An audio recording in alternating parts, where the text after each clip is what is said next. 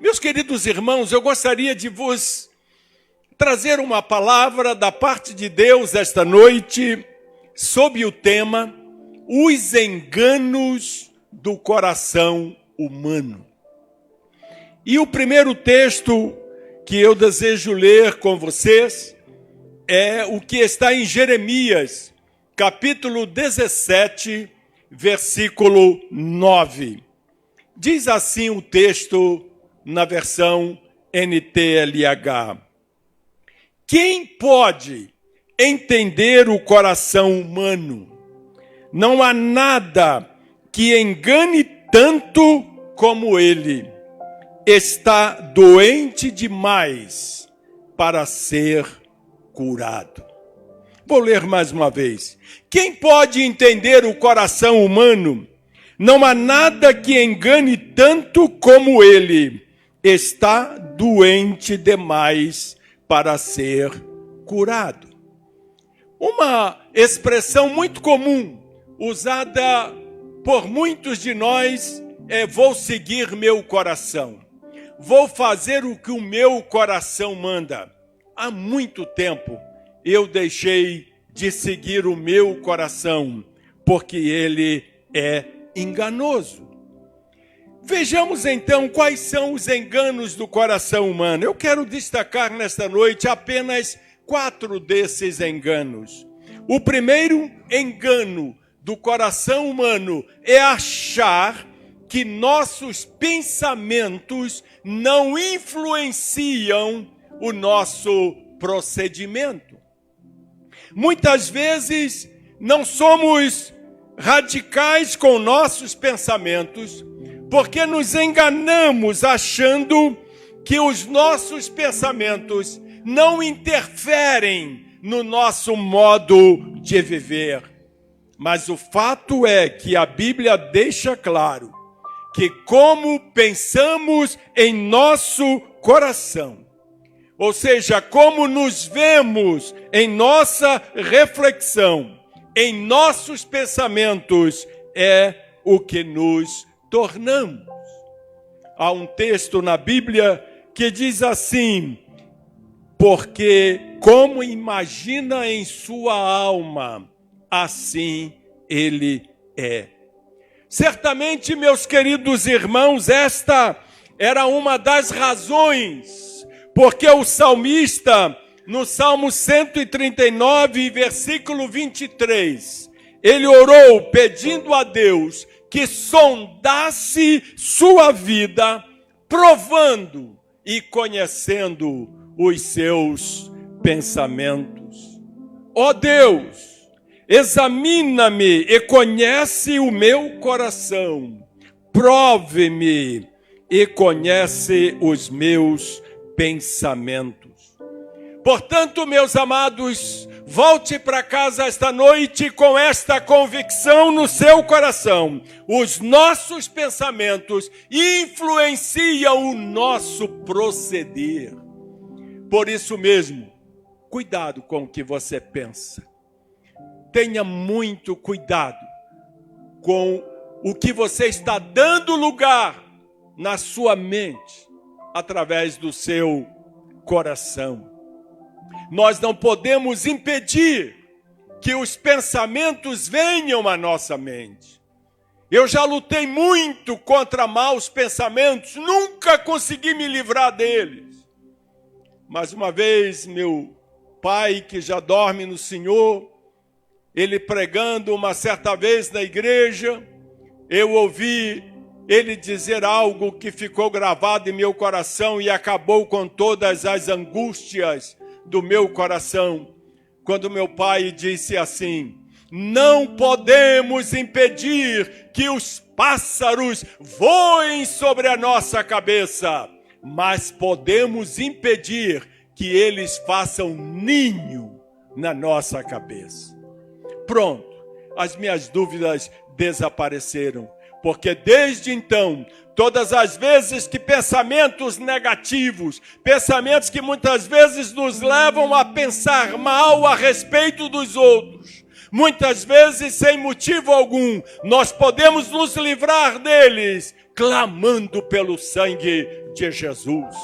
Dizer o sangue de Jesus tem poder é uma arma poderosa que todos nós temos à nossa disposição. Todas as vezes que pensamentos que possam trazer prejuízo para a nossa vida, para a nossa relação conjugal, para o nosso relacionamento com nossos pais, tudo isto pode ser impedido quando nos livramos desses maus pensamentos. Este é o primeiro engano do coração humano, achar que os pensamentos não influenciam o nosso procedimento. Mas há um segundo engano do coração. E este segundo engano diz para nós que podemos confiar na nossa maneira de ver e avaliar as pessoas. Tem muitas pessoas que se dizem capazes de compreender claramente a intenção do coração das outras pessoas. E eles acham que nunca erram na avaliação. Este é um engano do coração humano. Porque nós temos dificuldade de olharmos para nós e nos vermos como um projeto de Deus em execução. Nenhum de nós nasceu pronto e nenhum de nós está pronto. Nós vivemos a vida aprendendo. Todos nós somos um projeto de Deus em execução.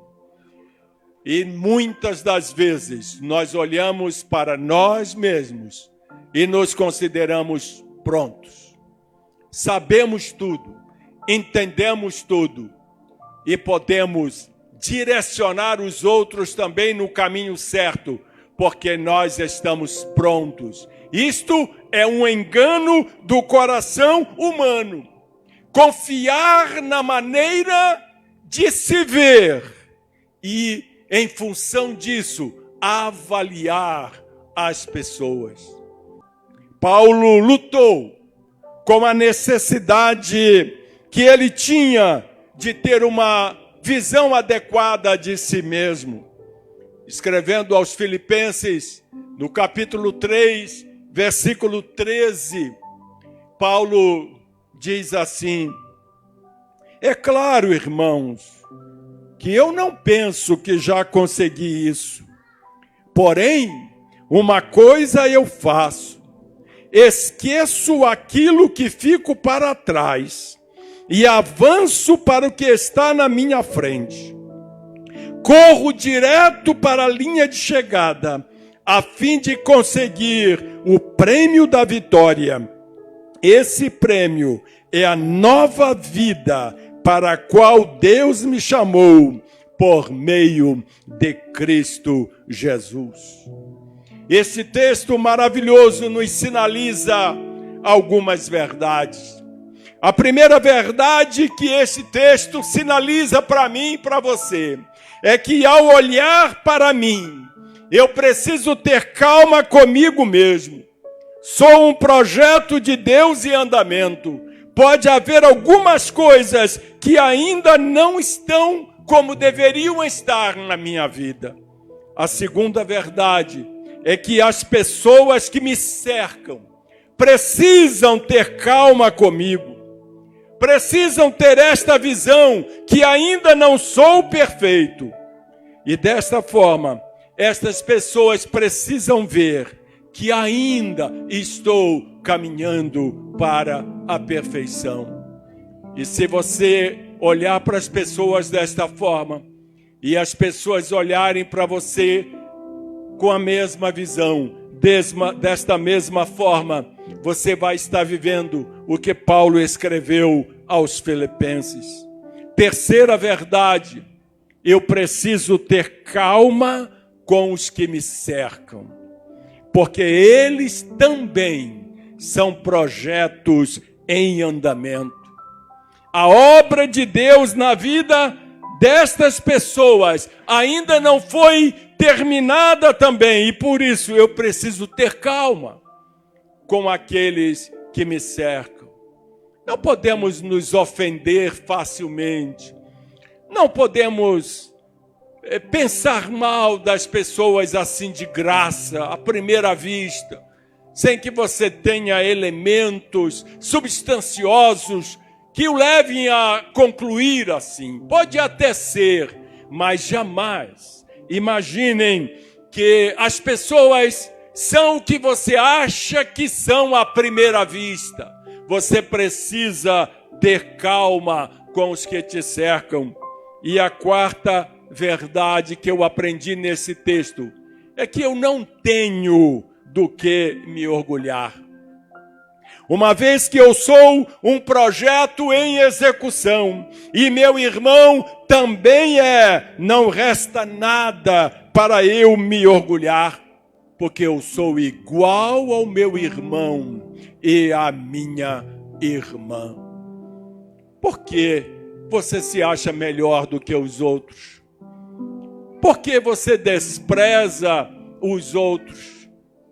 Por que você acha que se você estivesse no lugar do outro, você faria melhor? Paulo mostra aqui nesse texto que nenhum de nós temos motivos de se orgulhar de si mesmo, mas que tudo aquilo de bom que acontece na nossa vida, nós devemos glorificar a Deus por isto. Graças te dou, Senhor, por isto. Graças te dou, Senhor, porque consegui isto. Graças te dou, Senhor, porque fui feliz na minha visita. Graças te dou, Senhor, porque fui feliz na minha aula. Senhor, porque estou em paz com a minha esposa, com o meu marido, com os meus filhos e assim por diante. Louvado seja o nome do Senhor. Portanto, primeiro engano do coração humano, achar que os nossos pensamentos não influenciam nosso procedimento. Segundo engano, achar que podemos confiar na nossa maneira de ver e avaliar as pessoas.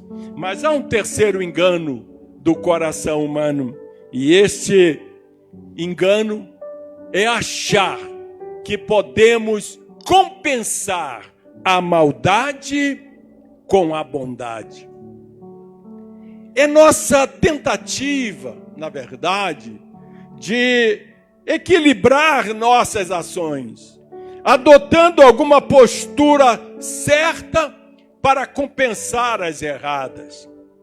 Tudo em paz, não é?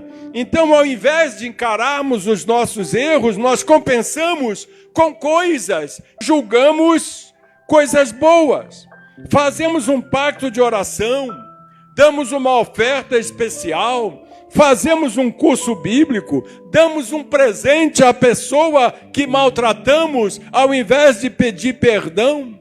O pai dá dinheiro ao filho para ver se alivia a culpa da falta de tempo ou um compromisso quebrado com o filho. Muitas pessoas vêm à igreja no domingo movidos exatamente por esse sentimento, fazer algo para compensar uma semana de vida distante de Deus. E então vem ao culto para compensar uma semana que não abriu a Bíblia nenhuma vez sequer, para compensar uma semana que não orou nenhuma vez sequer.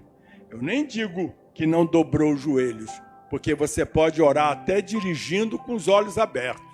Você pode orar deitado na sua cama, você pode orar sentado, que não tem nada de errado com isso, mas nem assim fez, nenhuma oração. Não agradeceu a Deus por nada. E aí deixa eu ir agora lá para compensar esta semana distante de Deus. Mas graças a Deus que isso só acontece nas outras igrejas por aí, né? Aqui não acontece não, graças a Deus. Este é um grande engano do coração humano. Deus não aceita esta compensação. Veja o que diz Mateus capítulo 15, versículo 8. Deus disse: este povo, com a sua boca, diz que me respeita, mas na verdade o seu coração está longe de mim. E por último, o quarto engano do coração humano é achar que podemos transferir para os outros as nossas responsabilidades. Como nosso coração é enganoso, ele sempre quer arrumar alguém para onde transferir suas responsabilidades. Lembra lá no Jardim do Éden? Quando o homem pecou, ele olhou para Deus e respondeu assim: foi a mulher que tu me deste. Adão responsabilizou Eva. E Eva, por sua vez, responsabilizou a serpente. Veja como isto continua hoje.